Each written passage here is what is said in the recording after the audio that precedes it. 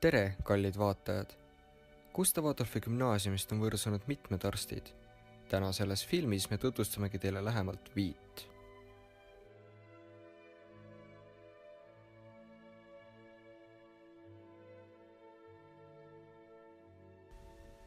Karl Espenberg sündis 15. augustil 1761. aastal Haljala kihelkonnas, mis asub tänapäeva Lääne-Virumaal. Espenberg käis koolis linna keisarlikus gümnaasiumis ning meditsiini õppis Halle ülikoolis Saksamaal. Ülikooli lõpetas ta doktorikraadiga 1796. aastal. Juba järgmisel aastal naasis ta Eestisse, asudes tööle Krusensternide perekonna arstina. Tänu sellele, et ta asus arstiks just nende perekonna juurde, avanes Espenbergil võimalus minna admiral Adam Johann von Krusensterniga ümbermaailma reisile laevaga Nadježda. Varem polnud ükski Venemaalt pärit isik ümbermaailma reisi korraldanud. Reis algas aastal 1803 ning kestis 3 aastat. Espenberg oli kaasas kui laevaarst.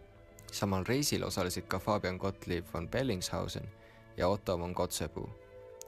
Espenbergi reisimälestused Krusensterni ümbermaailma reisist ilmusid 3 vihikuna aastail 1809–1812. Edasine elu möödas tal tollases Revalis, tänapäeva Tallinnas, töötades eraarstina. Tervise halvenedes suundus ta Järvamaal asuvasse Huksi mõisa, ilmselt Grünevaldi kutsel, kes oli tollal mõisa omanik. Tervenemine ei läinud aga loodetud teed pidi ning 1822. aastal Espenberg suri. Karl Espenbergi järgi on Otto von Kotzebue Alaskal Tšuktši mere rannikul nime andnud Espenbergi neemele.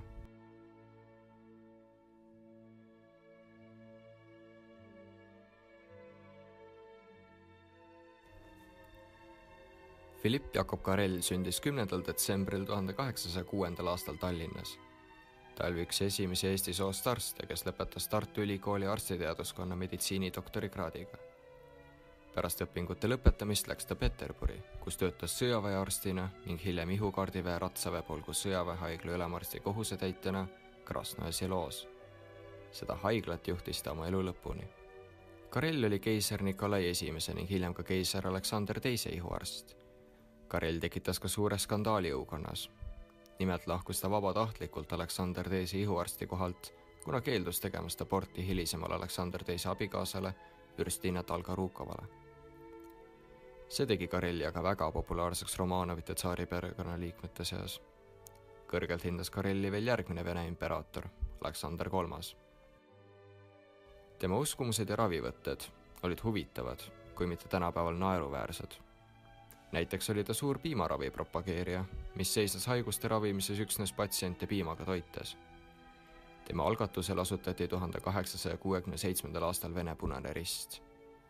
Karell oli suur Eesti patrioot ning temast sai 1882. aastal õpetatud Eesti Seltsi auliige ja 3 aastat hiljem Tallinna aukodanik.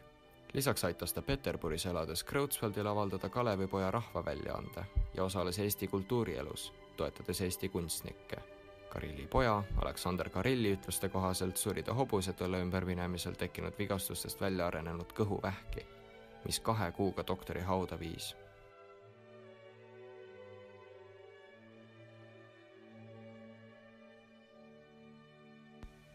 Julius Šimanovski sündis 8. veebruaril 1829. aastal Riias. Ta käis Tallinna Kubermangu gümnaasiumis aastatel 1841–1850.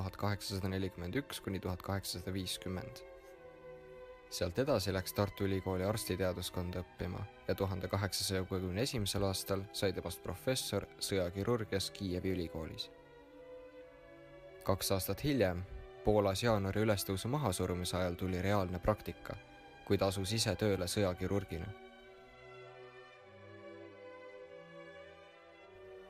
Šimanovski leiutas resektsiooni sae, mida ta kirjeldas üksikasjalikult oma doktoritöös.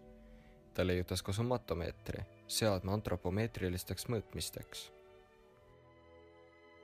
Julius Šimanovski tegeles peamiselt ilukirurgiaga ja luumurdude raviga. Tema ilukirurgia käsiraamatut peetakse üheks tähtsamaks selle ainealaseks tööks 19. sajandil. Ta oli eriti edukas rinoplastika alal.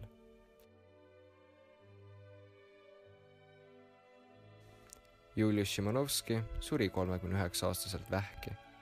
On olemas ka tema nimeline auhind ning postuumselt anti välja tema luulekogu pseudonüümi Julius Steinborn Art. Andres Ellamaa sündis 24. septembril 1944 ning on Eesti arst, täpsemalt neurokirurg. Ta lõpetas 1962. aastal Tallinna esimese keskkooli ning 1968. aastal Tartu Riikliku Ülikooli arstiteaduskonna. Ma siis esimese asjana küsiksin, et mis on teie arvates kõige suurem muutus või kõige suurem erinevus nõukoguaegse haigla ja siis tänapäevase haigla vahel? Läikivat metalli on rohkem ja puhastatavat pinda on rohkem ja tulekindlaid uksi on rohkem, aga sisu on ikka sama. Sisu on sama, võib-olla natukene, ma ütleks niimoodi, lootus igasuguste masinate peale on suurem kui varem. Varem pidid mõtlema natuke. Nüüd loodad, et ehk masin mõtleb. Mis on teie töö kõige raskem osa? Ponti murdvat vast ei ole ja seega siis see töö ei ole ju niisugune tükitöö. Sa ikkagi mingil moel ka isegi valid endale tööd, et ma teen seda või annan kellegi targemale teha. Aga sa pead vähemalt jällegi tegema. Kõik tahavad abi saada, kui valu on, siis tahetakse abi saada. Ja eks valu leevendamise ja ravis on ju ürgajast igasugused meetodeid olemas. Ja meie ka peame paremat pole ikka. Võtame mingi meetodi ja usume, et see on kõige parem. Ja te saite ka tervishoiuministriks. Kuidas see täpsemalt juhtus? Enne see oli Vene võimu lõpul. Siis juba kogunes kokku Mainolis toolades Rahvarinde konsultatiivkogu. Ja seal siis olid niisugused vennad koos kõik, kes seadsid üles igasuguseid eesmärke, et mida teha paremaks ja kuidas teha paremaks. Ja tookord siis sai, mina olin niisugune eelarvelise meditsiini vaenlane ja kindlustusmeditsiini printsiipide pooldaja. Loomulikult ma seda jutlustasin ja kuivõrd ma seda jutlustasin, siis ma sattusin lõpuks valitsusse. Et kui sa räägid, siis teema. Rait Bessonov lõpetas 2015. aastal Gustav Adolfi gümnaasiumi kuldmedaliga. Hetkel õpib ta Tartu Ülikoolis arstiteaduskonnas. Ja järgmiseks ma räägin Rait Bessonoviga. Palun, tutvusta ennast lühidalt.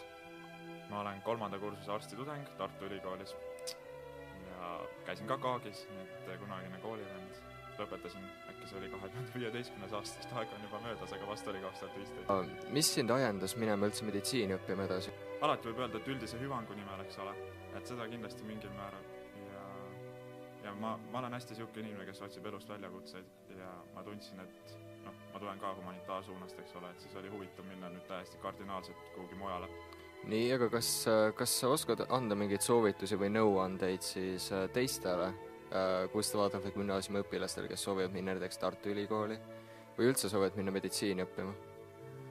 Ma pigem ütleks, mida ei pea tegema, et hästi tavakas on see, et arvatakse, et ladina keelt peaks oskama või peaksin olema tugev füüsikas ja keemias ja bioloogias.